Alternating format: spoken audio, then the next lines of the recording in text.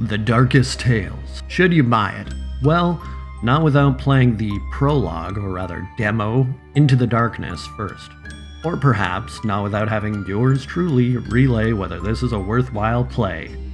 Spelunking is the lead bear. The demo will take you to the first two areas of the full game, the first of which is a spin on Little Red Riding Hood, with Riding Hood being played by a dark version of Alice from Alice in Wonderland that might remind you of American McGee's Alice or Alice Into the Madness.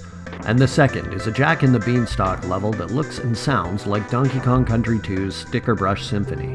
And seriously, both levels have a certain degree of nostalgia, despite this being a brand new game. You might have already noticed something I just have to mention at this point: the charming art style, which harkens back to another Metroidvania series I'm quite fond of, Ori. It works really well with the theme of nightmarish fairy tales, and while it isn't quite up to par with Ori, it is pretty close. Drawing another parallel from Ori, the skill tree system really follows Ori's formula quite closely, with most of the same abilities, but it focuses more on experience progression than ability gating. I'm not even sure to what degree abilities and items unlock previous areas you've been to, although I at least know that aspect is somewhat present from blocked areas I came across in the demo and playthroughs I've watched of later parts of the game. For the most part, it seems ability gating is relegated to forward progression rather than retracing one's footsteps.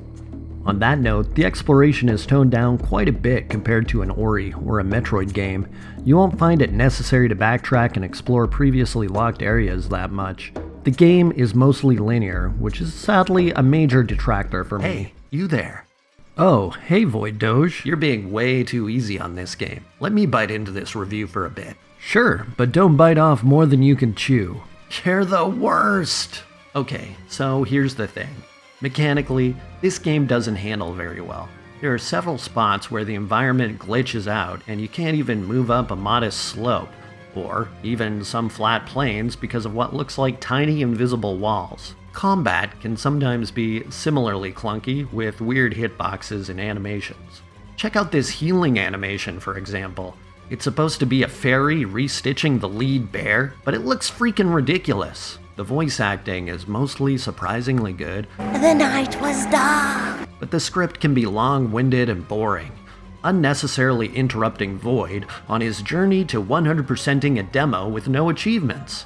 Seriously though, while we're on that topic, why don't Nintendo games have achievements? Because Nintendo doesn't understand the internet. Duh. Yeah, and they also hate money. Alright, Void Doge, let's move away from Nintendo and focus on your favorite bear game.